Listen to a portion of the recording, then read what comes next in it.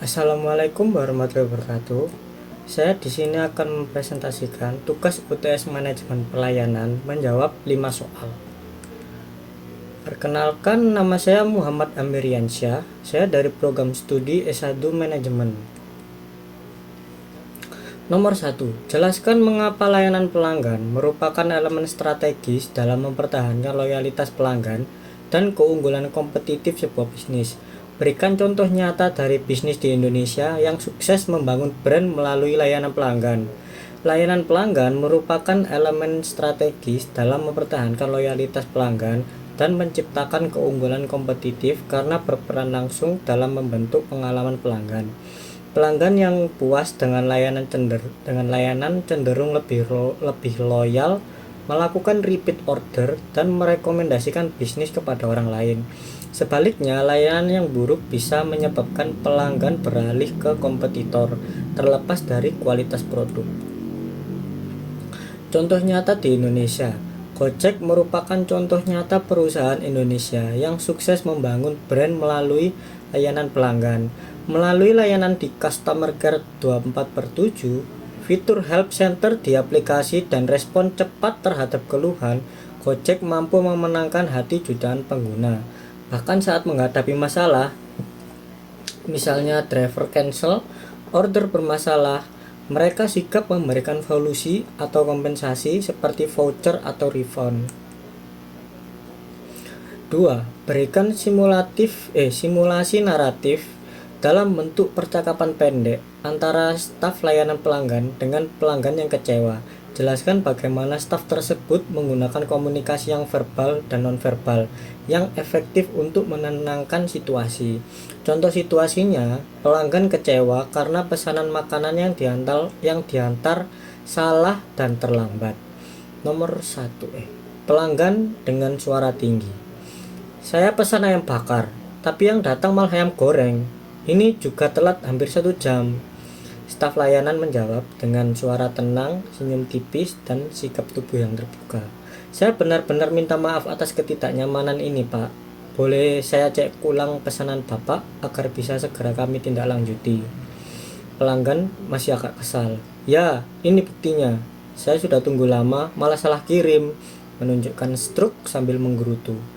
Staf layanan membungkuk sedikit ke depan, menunjukkan perhatian penuh. Terima kasih sudah menunjukkan struknya, Pak. Kami sangat menghargai kesabaran Bapak. Saat ini juga saya akan pastikan pesanan Bapak dikirim ulang dengan benar, dan sebagai permintaan maaf, kami akan memberikan voucher makan gratis untuk pesanan berikutnya. Apakah itu bisa membantu? Pelanggan dengan nada mulai lebih tenang. Ya, sudah, asal cepat ya. Staf layanan melakukan kontak mata sopan dengan anggukan kecil. Tentu Pak, kami akan prioritaskan. Mohon tunggu sebentar ya. Penjelasan komunikasi verbal dan nonverbal. Verbal, menggunakan kata-kata yang empatik. Minta maaf, menghargai kesabaran, akan kami prioritaskan. Memberikan solusi konkret, mengirim ulang pesanan dan voucher gratis. Nonverbal, suara tenang untuk mengurangi ketegangan, senyum kecil untuk menciptakan suasana lebih ramah, sikap tubuh terbuka dan sedikit membungkuk ke depan menunjukkan perhatian, kontak mata sopan untuk membangun kepercayaan dan rasa hormat, anggukan kecil untuk memperlihatkan bahwa keluhan pelanggan dipahami. Nomor 3. Dari seluruh materi, 7 materi yang telah Anda pelajari, apa keterampilan layanan pelanggan yang menurut Anda paling penting untuk dikuasai di dunia kerja?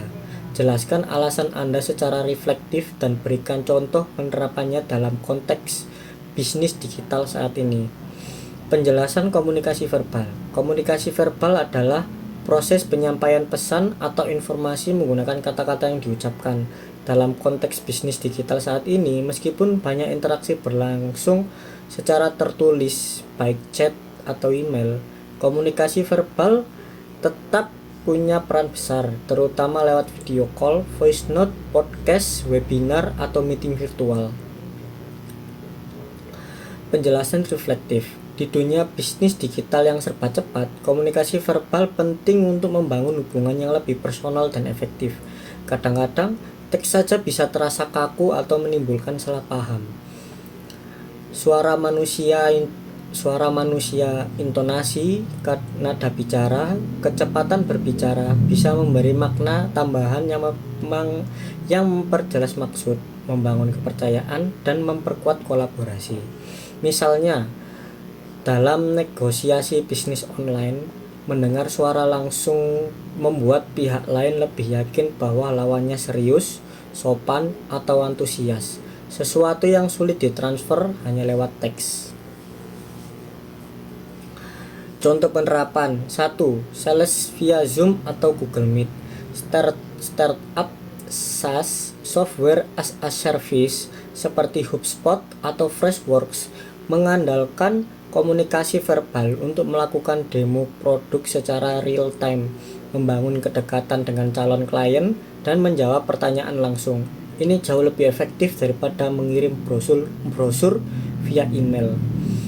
2. Webinar atau live podcast. Banyak brand digital seperti Shopify atau Canva mengadakan webinar edukasi. Pembicara menyampaikan materi secara langsung secara verbal kepada audiens. Selain menyampaikan informasi, gaya bicara yang ramah dan antusias bisa membuat peserta merasa terlibat. 3. Voice note dalam customer service. Beberapa bisnis seperti di sektor e-commerce, Tokopedia, Shopee sudah mulai memberikan layanan voice note dalam customer support untuk memudahkan penjelasan permasalahan yang lebih kompleks dibandingkan lewat chat teks. Nomor 4. Jelaskan bagaimana kegagalan dalam menyelaraskan komunikasi verbal dan nonverbal dapat menimbulkan kesalahpahaman dalam layanan pelanggan. Berikan satu contoh konkret dan analisis mengapa hal tersebut terjadi serta bagaimana perbaikannya. Penjelasan kegagalan. Kegagalan menyelaraskan komunikasi verbal dan nonverbal dapat menyebabkan kesalahpahaman dalam layanan pelanggan karena pelanggan tidak hanya mendengarkan kata-kata tetapi juga membaca ekspresi wajah, gerak tubuh, nada suara, dan bahasa tubuh lainnya. Ketika pesan verbal apa yang dikatakan tidak sesuai dengan pesan nonverbal, bagaimana itu dikatakan atau ditunjukkan, pelanggan bisa bingung, merasa tidak dihargai, atau bahkan marah. Ini membuat kepercayaan dan kepuasan pelanggan menurun. Contoh konkret, seorang petugas pelayanan pelanggan di sebuah hotel mengatakan kepada tamu, "Tentu saja, kami akan segera menangani masalah Anda," dengan nada datar, menghela napas, dan melirik jam tangan berulang kali. Analisis verbal. Kata-katanya terdengar positif dan kooperatif. Secara nonverbal, nada suara datar, tanda kelelahan menghela napas, dan sikap tidak sabar melihat jam. Dampak: tamu merasa bahwa petugas tidak tulus, menganggap keluhan mereka tidak penting, dan merasa diremehkan. Ini memperburuk ketidakpuasan dan membuat tamu enggan kembali. Perbaikan: sadar bahasa tubuh. Petugas harus menjaga kontak mata, tersenyum hangat, dan memperlihatkan sikap terbuka seperti posisi tubuh menghadap pelanggan penuh. Sesuai nada bicara. Gunakan nada suara yang penuh perhatian dan empati, mencerminkan ketulusan dalam membantu. Pelatihan komunikasi. Melatih staf agar menyadari pentingnya konsistensi antara apa yang dikatakan dan bagaimana mereka mengatakannya. Nomor 5. Anda menghadapi pelanggan yang menunjukkan kombinasi perilaku decisif dan ekspresif.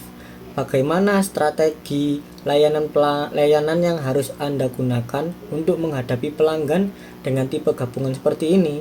Tunjukkan langkah komunikasi dan pendekatan secara logis. Strategi layanan untuk menghadapi mereka harus menggabungkan dua pendekatan, cepat, efisien, dan membangun hubungan personal yang positif. Berikut langkah komunikasi dan pendekatan layanan secara logis. 1.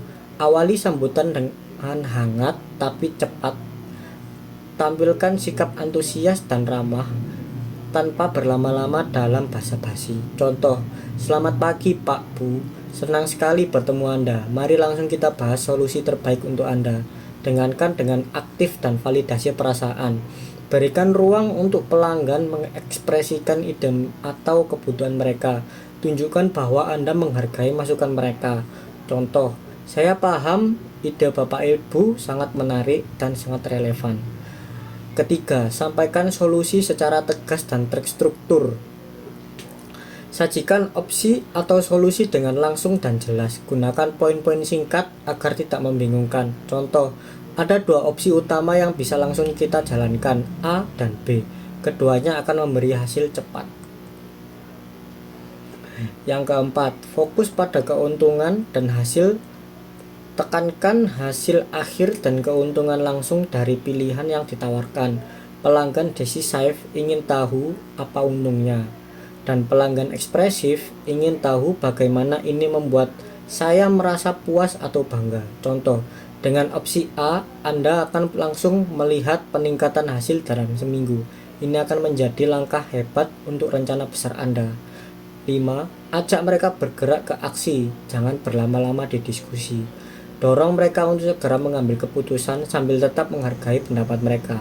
Contoh, menurut saya ini waktu yang pas untuk mulai dengan opsi A. Apakah kita langsung eksekusi sekarang? 6.